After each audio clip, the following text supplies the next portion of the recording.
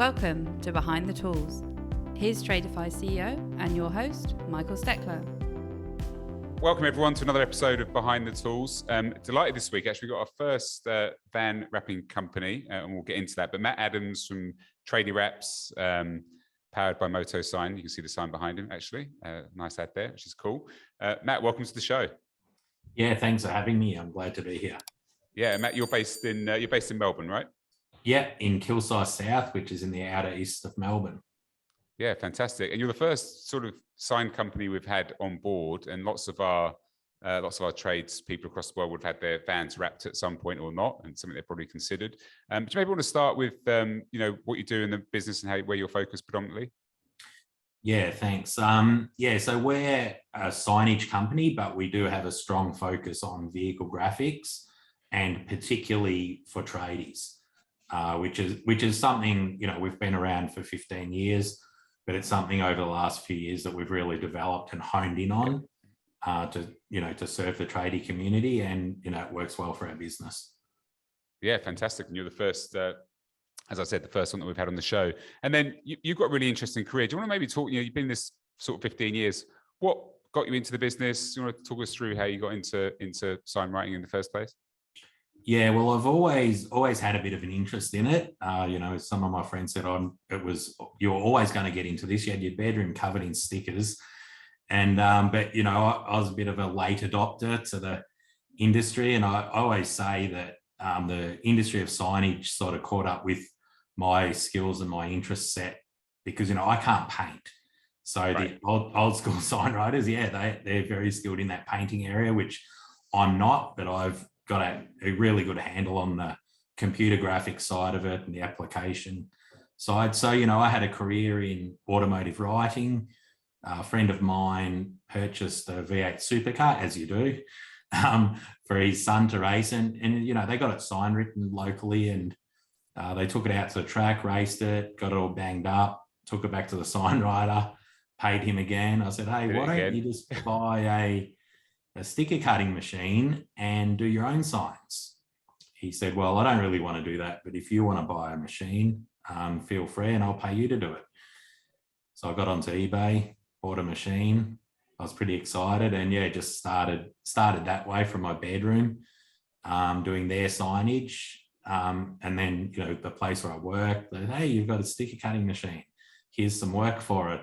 And it just sort of grew organically and to the point where I was able to actually, turn it into a full-time business. Yeah, that's really cool. So your first customer was your mate driving the car. Yeah. And you just saw a problem, right? It's a classic business startup story. You saw something that was inefficient and probably expensive, and you saw a better way of doing it. And then, you talked a bit about organic growth from people sort of knowing about you having the machine and doing that. How did you first get into working with trades companies? Well, pretty much so I was working from home, and then I rented a small office within a building off somebody. So that was not, it wasn't external at all. And, right. Business is still sort of growing, just a bit of word of mouth. And then our first sort of public exposure was my brother had a graphic design shop in a shop strip. And I was talking to him about how I needed more space. He's like, why don't you come and jump in here with me? And he didn't need signage on the building, so I just put my signs up. And just because in the outer east, Bayswater sort of area, there's a lot of tradies. It's a big industrial sort of area. And so, we just started attracting people from just seeing us. And then obviously word of mouth and Google searches and all that sort of stuff. It's just sort of slowly grew, over the years. But, we're spending a lot of time doing whatever came through the door. Big jobs, little jobs, whatever. So it did take quite a while to get focused and have the balls to really just focus on one sort of area. What was the company called at that point? Initially my business was called Motivation Media, which was sort of a bit of a funny name that didn't transcribe that well into the signage area. But then I had to come up with a name, and we called it MotoSign. And that's the name that we've had, since 2005. And then we've only just in this transition where we're running under Tradie Wraps now, just because we sort of did some marketing under the, just sort of said we do Tradie Wraps, and it just sort of stuck, and it became so popular that we're like, all right, we're going to change our public face of our business to this name, because it says exactly what we do. Yeah, it's great. And do you think when you sort of got that initial business, having a shop front and being on a street that had passing traffic, was it the sign that drew people in, or do you think people just happened to go past and go, I need a sign, there's a graphic designer? What was the driver, do you think, of that sort of those first few customers that you were winning? Well, I think that, being called Moto and Sign, it did actually, it sort of linked people to say, oh, these guys do cars. Some people thought we only did motorbikes just by the name of it. But I definitely think that just the street presence had a huge impact, because, there are a lot of sign shops around, but most of them are sort of tucked away in industrial estates. So unless you go searching, you're not going to find them. And so because we're on a main road, people saw us, people knew we were there. So I suppose when they went searching for us. Yeah. It shows the power of, some of the older, in fact, the oldest outdoor media is the oldest media around, if you think about it, that still can be quite effective. I sometimes speak to builders who talk about their signage that they leave on site, which, if you're in the right high traffic destination, can be a really, really powerful way of sort of generating word of mouth and all those things. And then, so when did you decide Tradie Wraps? At what point did you have enough customers you decided that was the right path to go?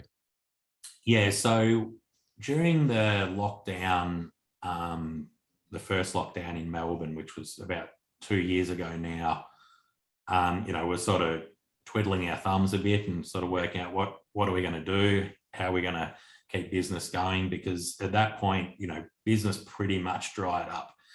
And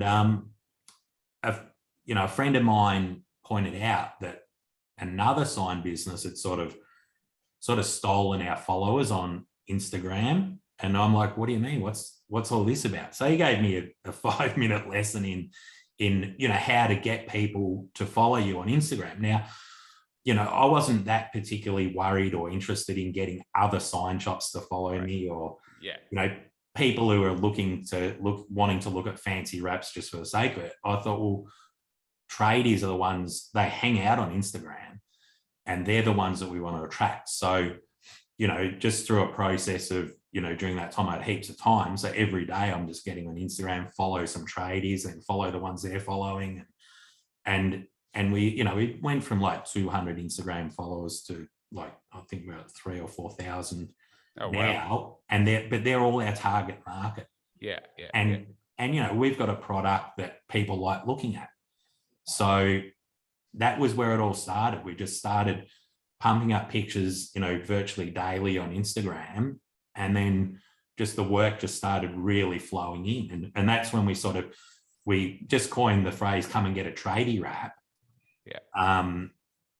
Which, ultimately ended up, 12 months or so ago, we go, no, this is going to be the name of our business. That's really cool. And you were looking at the people that were just in your area in terms of location. Yeah. Yeah, mostly,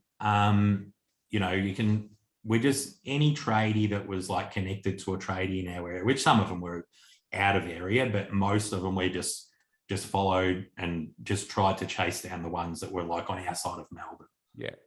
I mean, it's good advice that you sort of decided that, trades companies were the target audience. Then you went after the ones that were in your location. And you're right, your product lends itself really well to Instagram, I'd imagine. I mean, that's a, photo sharing app, if ever there was one that gears itself towards that type of imagery. I guess that drove a lot of the following initially. And did you get many customers of those sort of 3,000? Did many of those then sort of hit you up with the DM or something and say, hey, can you give me a quote for doing a van or something? There is, we got heaps out of it, but also because they're all connected, each, one tradie gets it done, and then the next guy comes and goes, oh, so-and-so got his card up here. And so it was sort of like Instagram for us was the conduit to the word of mouth. Like that's how, there's this big network of tradies out there, and they not only know people in their own trade, but obviously you're building a house, you know, electricians, plumbers, roofers, all that. It just connected all of them together to go, hey, look, Tradie Wraps have done his car. I'm going to go and see him to do my car. Yeah, yeah. It's also interesting that it was quite a difficult period for everyone in terms of, you know, when things just sort of just stopped, that you invested that time in, you know, really drilling into the business. I mean, that's good advice for anyone to think about, you know, if, you know, hopefully it doesn't happen, but if we have slow periods again, instead of sort of worrying about, you know, things you can't control, you went there and said, okay, well, what are we going to do, and double down on Instagram. And that obviously paid great dividends. And you may not have done, I don't know, maybe you wouldn't have had the time to do that were it not for that lockdown. I don't know. Yeah, That's well, yeah, I definitely don't think we would have had the time, but you know, it was a difficult time for business owners, and you know, I've got half a dozen staff that I'm responsible for, and so you know, it was important that, you know, I showed a certain strength of leadership, and you know, we were proactive about, you know, really trying to get through that period.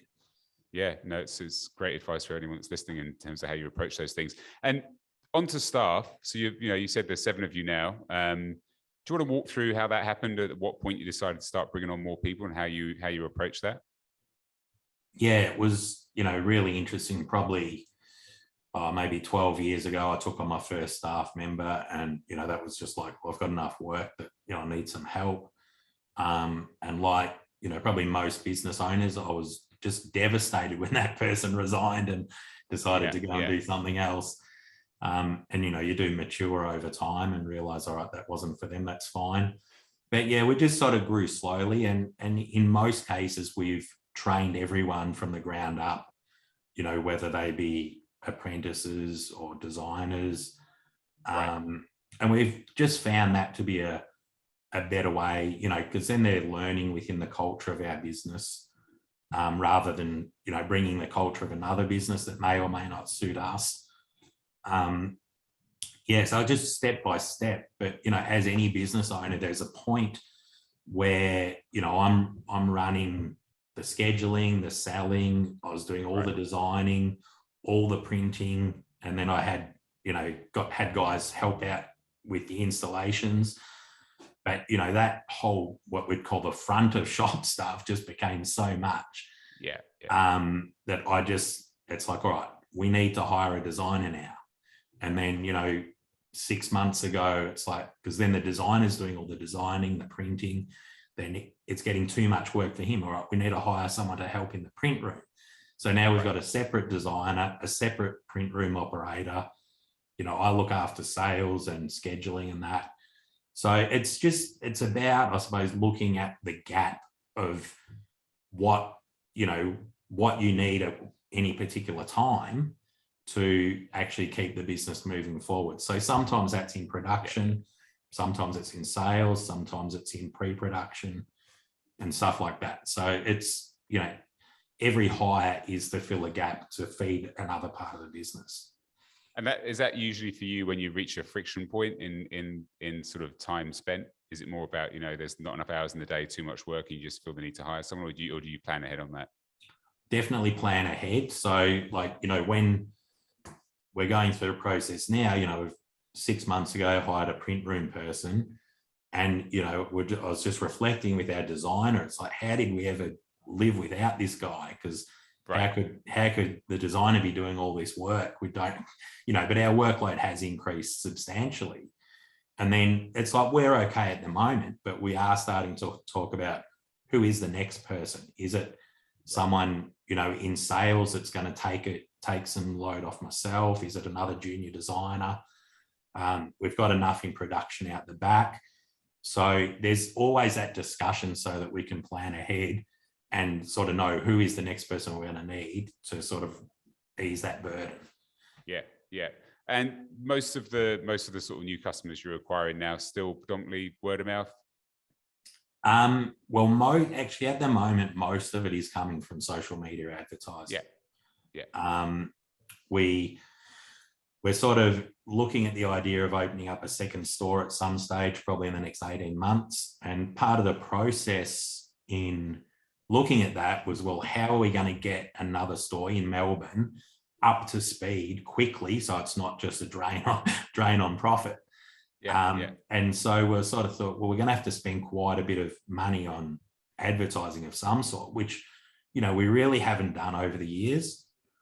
And so I thought, well, let's just try it here where we are in this store. Let's just start pumping some dollars. All right, first place we're going to go is Facebook and Instagram advertising. And we've been doing that since the start of the year, and it's been really successful. Like it's drawn in a lot of work. Yeah, because you can be very focused on those exact, you know, tradespeople in your area. Yeah, that's cool. That's working for you. And then, one of the things I noticed when looking at your business is you get a lot of 5-star. I think all your reviews are 5-star. I didn't see one that was less than 5-star, which is pretty cool. What do you think? I mean, is that something you think about? And what do you think that drives that? 100%. We talk about it all the time here. Like, every customer we're like drilling into them. We love our 5-star reviews. Please get on and give us a review. And it's not easy to get a review. No. And we all know ourselves. It's like you very rarely review someone unless you sort of had a bad meal or something. So I do encourage everyone, get on anyone you've dealt with, and it's been a good thing. Give them a 5-star review. We've just hit 50 5-star reviews, which was a real, that was a point that we were looking for. Like, 6 months ago, we're like, I don't know, had about 35 or something. And it's like, we thought we'd get to 50 sooner, but it's so hard. We're giving our customers, every customer who gets their car wrapped gets like a gift pack that's got a t-shirt, a cap, a pair of all Tradie Wraps branded, pair of Tradie Wraps socks. They get pens and notepads and they get a little 6-pack of soft drinks. It's a Tradie Wraps branded cooler bag. And like, oh, wow, you go to town. Yeah, we do. We love it because it's just such a good feeling to give all this stuff and especially on a hot day, cold drinks. Yay. Yeah. So it's, even with all that, it's still really hard to get a review. And then we, hit them with the emails, please review. So, we do get, eventually some of them do review, which is great. And the 5-star and, 50, it's like, it makes a huge difference on Google, like as far as where they rank you. It's massive. Yeah. So we're focused and excited. Every time we get a 5-star review, we're very happy. No, I sympathize. We like good reviews and sort of push people to do it. I think you're right. I think the emotion of a negative experience seems to create more energy for people to go online and do something than the emotion of a good experience. And you need to sort of gently prod people and encourage them. And then you talked about promo material there, which I was really interested to sort of dig into. What prompted that, aside from trying to generate some good feeling for good reviews? What was the idea behind leaving behind t-shirts? And again, was this to drive more word of mouth?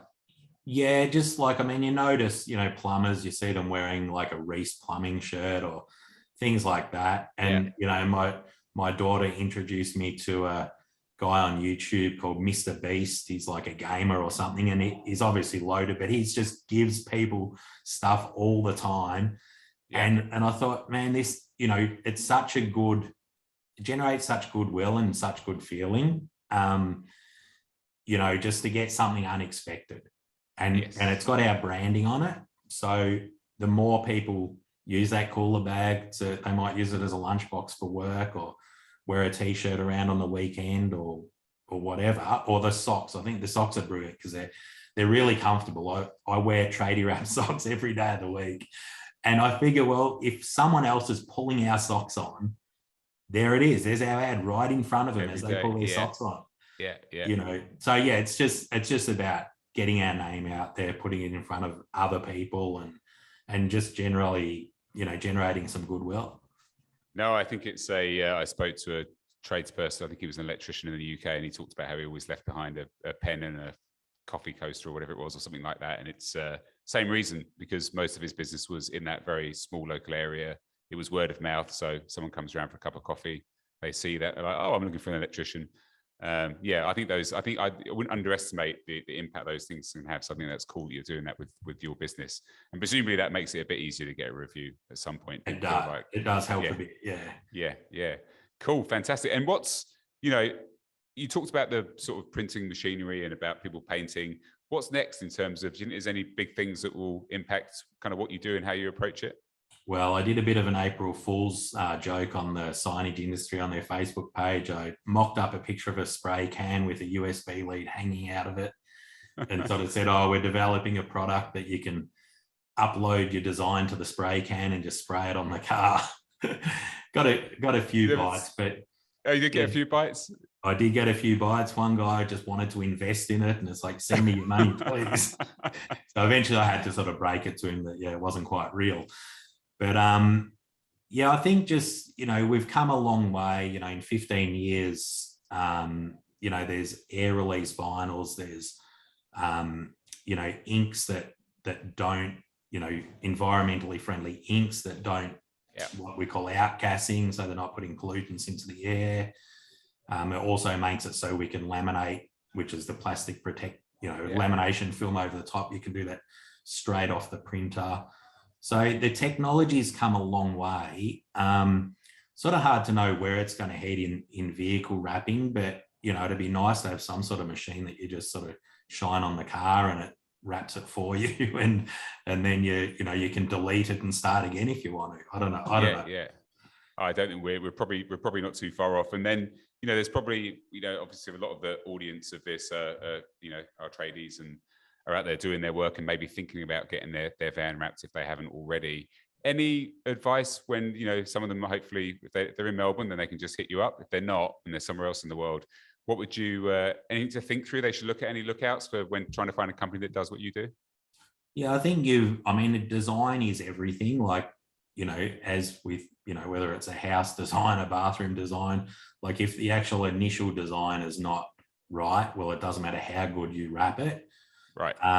But obviously look at, for a signage business that's got a track record in wrapping vehicles. If you've got a fleet, you probably don't want to go to a single operator because, we hear, oh, this person's booked out for 3 months, but they're a single operator. It's so easy to get booked out for 3 months. And if you've got a fleet where vehicles pop up here and there, you can't go somewhere where they say you can't come for 3 months. Right. It's like, you've got to go to a sizable operation that can fit you in the next week or 2 or whatever.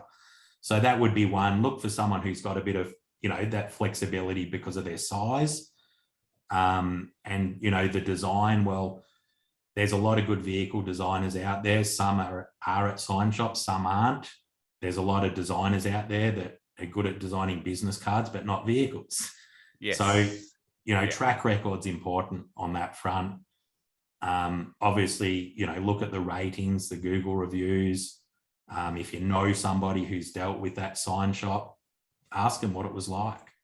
Yeah. Because there's a lot of things that can go wrong with signage, even if you do it the right way. And so you want to be dealing with a shop that is going to be hassle-free in any areas of fix-up that are needed. And, the last thing you need is an argument about it. And we try to just be easy to deal with. Sometimes where you could argue that, hey, that's not our fault, that's your fault, but we just fix it anyway. It's like, that's just part of the customer experience. So, yeah, so plenty of places can do the signage, but you just want to check out their track record and how they're going to be to deal with. Yeah, it's you just touched on a point I was going to ask you, which is I'm sure there's things that happen where you wrap it and they say, no, I want it to be blue, and it's, that's not blue or whatever. Is that I presume that's not a regular occurrence, but does that happen? It does happen every now and then. And especially if you've wrapped a whole car and it's not quite the color they're expecting, that can cause a bit of a problem. But obviously, we know that there are some colors that are problematic to print, oranges and grays. So we try our best to, like, if we're using those colors in their print, to actually get them to come and, sign off a sample to have say, a look at it. Yeah, I'm happy with that color. But yeah, every now and then you'll come across sort of some issues, but most of the time you can resolve them without too much drama. Yeah, and then my last question, but the other thing I've seen quite a lot of, and I think you probably do this, is QR codes and other sort of things that are put in. Are you seeing a big shift in terms of people using that type of stuff in how they think about marketing their business? Yeah, there's lots of since the pandemic and people using QR codes for signing in and out of places, and realizing that a QR code can just do so much. Yeah. It can link it to a website, Instagram, Facebook, but it also can just have a lot of text information there. You know, you can link it to or have the text of your, you know, some sort of company brochure. But yeah, so we're getting, you know, probably a third of our clients are getting QR codes on their cars. It's a big area. It's only going to get bigger really because of the infinite amount of information that you can have linked to it. Yeah, and it feels like people actually, for most people I know that have put QR codes on their vans, people are using it. I mean, they are getting customers who've said, "Oh yeah, I walked past and saw you," and I think if the van's really well, one thing I wouldn't underestimate, I think a really well designed van does make a big difference because again, you know, we talk a lot about professionalism and, you know, who do you want to come and do work, and if they've got a great website, a nice looking van, it's just a full story that you sort of builds a level of trust around. So yeah, it is important. Great. Well, we always finish with a few questions. Quite interested in the first one, actually, is if you weren't doing this, and it sounds like you've followed your passion, which is really cool. A lot of people aren't lucky enough to do that. So it's great you're doing that. What would you, if there was another trade, what would it be? I think I'd like to be a carpenter. You know, I've done... It's very popular, carpenters, yeah. Yeah, well, you know, I think working with wood's, you know, nice. It's like you're working with a natural product and it's, you know, I've done a few little jobs at home and it's sort of, if you get it wrong, it's easy to sort of chop it out and start again. I mean, not that that wouldn't be a good way to make money as a carpenter. But, No. but yeah, I just, you know, like the idea of working with wood. Yeah, and then you're wrapping vehicles obviously for a living. If you had a choice of any vehicle like a van, what would you pick? Well, a Volkswagen Caddy has flat sides, no deep recesses in the window wells or anything like that. So I'd have one of those every day of the week. Yeah, I get why. And then in terms of your tool brands, if you had a go-to brand, is there one that you would pick? I mean, for your line of work or otherwise? Yeah, well, we've got two brands of tools that we use here. So in the factory, we use Milwaukee. Yeah. And in the van, we use DeWalt. Yeah. So the only reason for that is that we don't want to get them mixed up because otherwise, you know, if the guys have to duck out in the van, I better take another drill and yeah, everything ends up in the van and there's nothing in the factory. So it's like people here are like, what? Where's the tools? Yeah. So I thought that's it. We get red ones in the factory, yellow ones in the van, and they can't get muddling mixed up. Yeah. It makes total sense. And then, you know, when you're sort of out and about doing the work, you maybe do less of that now, but when you're sort of doing that, if you do that, you're going to see customers, what would be your sort of treat go-to lunch if you had one? I do like sushi. Yeah. Yeah. Anything Japanese is wonderful. Yeah. No, I'm with you on that. And then the last question is, you know, have you got a favorite job that you've done? Is there a van that you sort of feel particularly proud of or you thought was your best design? There has been so many. And even, you know, maybe even one of our own, when we did our own van once, like, because, you know, it's a bit like plumbers with leaking taps, sign guys trying to work out what they're going to put on their van. It takes so long to come up with a design that you're actually happy with. But we used to have a frog as our logo or our mascot, and we wrapped the van in completely printed reflective vinyl. And there was this massive frog on the side. So, you know, if you drive in front of someone, you know, at night time, it just glows. So that was probably one of the cooler ones we did. Yeah, I bet that caught a lot of attention and got you some probably, not the leads you always probably wanted, but people just wanted to know what it was. Yeah, that's right. Yeah. That's cool. And then, you know, you're talking to lots of trades companies in your line of work. Anyone interesting you think would be a great guest for us to speak to next that you come across over your neck of the woods? Yeah, there's a number of guys. Got a guy in roof plumbing. I don't know if you've talked to Carpentry Australia at all, where we're connected with them. But, James from Carpentry Australia would be a good guest. Yeah. My business coach, Stefan Kazakis at Business Benchmark Group. You know, I've worked with them for 5 years, which, you know, a lot of the tools they've given me has helped us get to where we are. And he is just straight up for trades and construction type businesses. So if you're wanting to talk to someone from the angle of business coaching into the trades area, he'd be a great one to talk to. Yeah, it seems a lot of business owners do seem to go down that path, which seems, and I've never heard a bad thing, not specifically about him, but other coaches and reviews. It always seems to have a positive impact on kind of how they. Well, it's just, we all everyone's sort of a bit entrepreneurial, and I did half an accounting degree back in the day, and you sort of think, oh yeah, I've got my head around this, but the coaching actually just helps you focus on what you need to focus on, right? And keeps you accountable as well, which is made just such a big difference. Yeah, cool, great. It's been a really, really cool conversation. Great business. I think even the way you on this, and the hoodies look really cool. The whole, you sort of certainly live the brand, which is great. And so, congrats on the success, and hope it continues. And excited to hear about the second store when you open that and see how that goes. But yeah, Matt, really appreciate it. I know you're a bit busy man, so I appreciate you spending the time. To everyone else, you heard what Matt said. It's really hard to get reviews. So if you could review this podcast positively, that'd be greatly appreciated, or on YouTube or other platforms that you're listening. Otherwise, we'll speak to you next time. Matt, thanks again. See you at the next podcast. Cheers. Thanks for having me. And that brings us to the end of this episode. Behind the Tools is brought to you by Tradify, job management software for your trade business. If you enjoyed the podcast, let us know by leaving a review, and be sure to tell your mates about it. Email behindthetools@tradifyhq.com if you or someone you know would be keen to join the show as a guest.